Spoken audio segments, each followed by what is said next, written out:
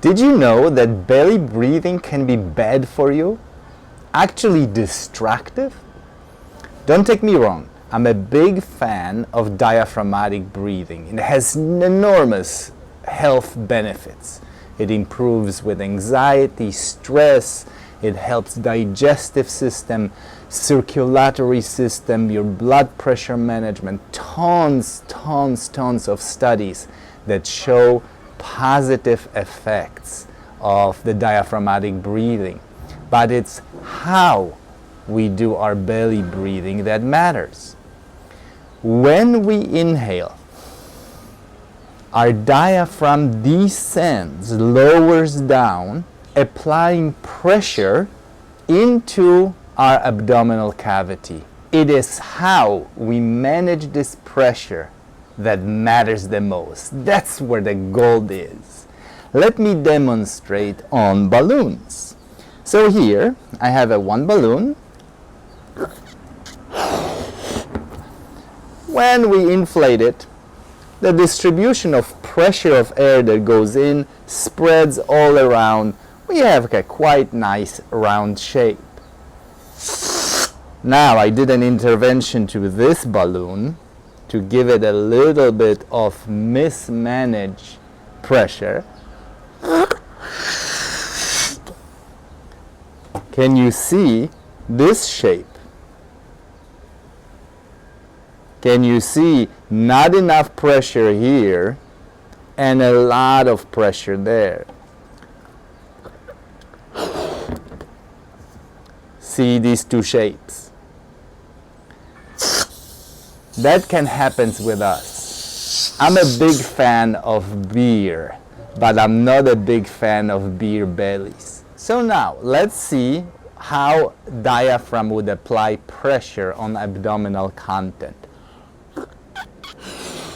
We have an abdominal content, and then we have the diaphragm on top.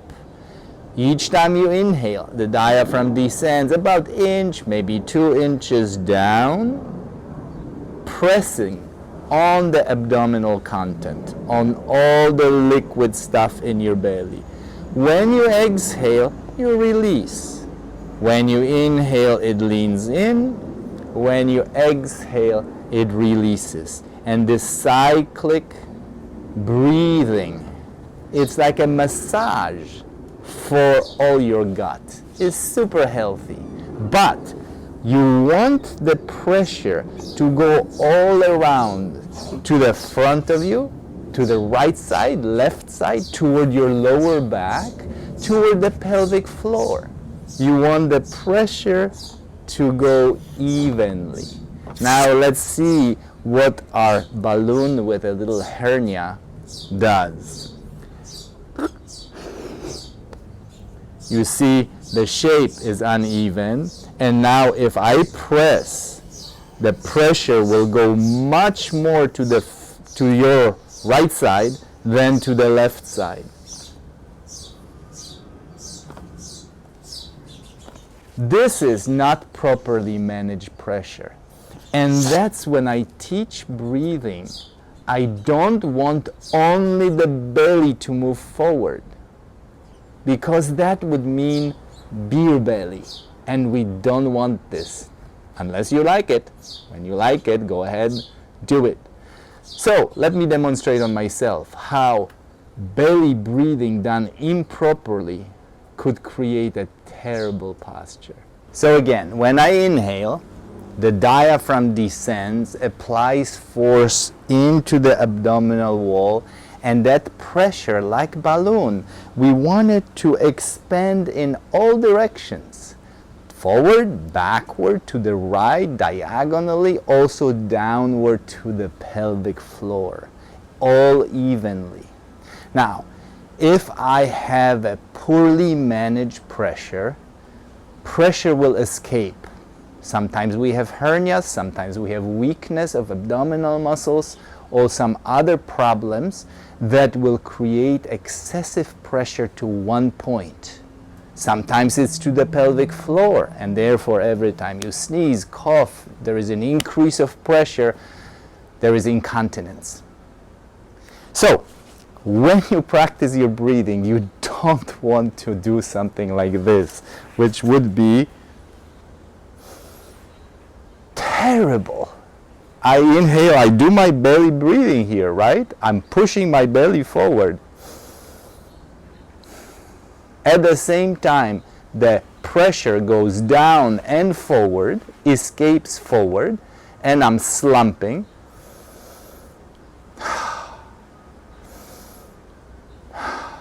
So how I can practice belly breathing, but belly that is also going toward the back, to the sides and down.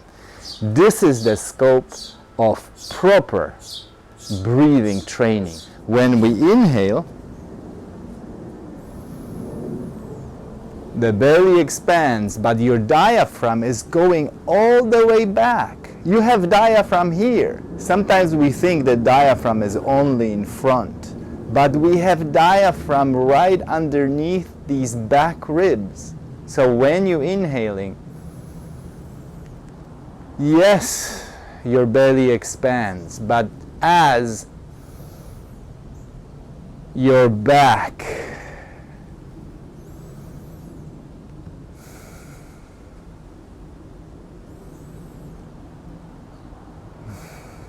comparing to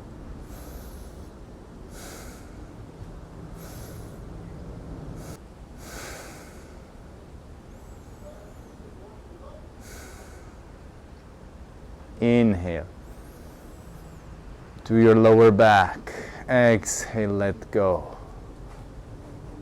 Inhale to right lower back, exhale, let go.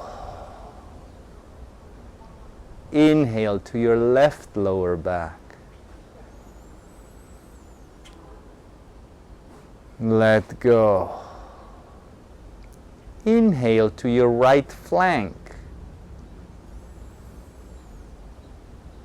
exhale, let go. Inhale to your left waistline, exhale, let go.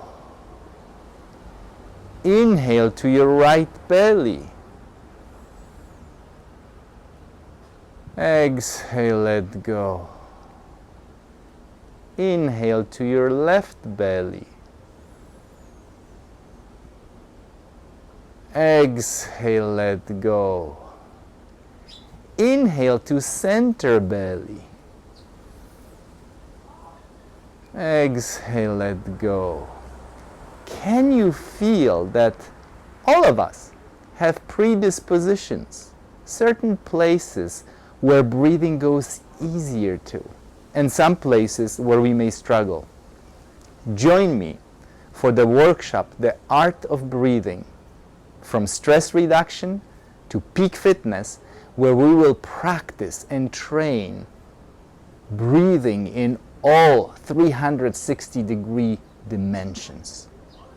And we'll take an angle on relaxation type of breathing, activation type of breathing, breathing for peak performance, breathing for cognitive improvements, for your focus, for sharp mind, but also breathing for peacefulness and letting go. I hope you will join me.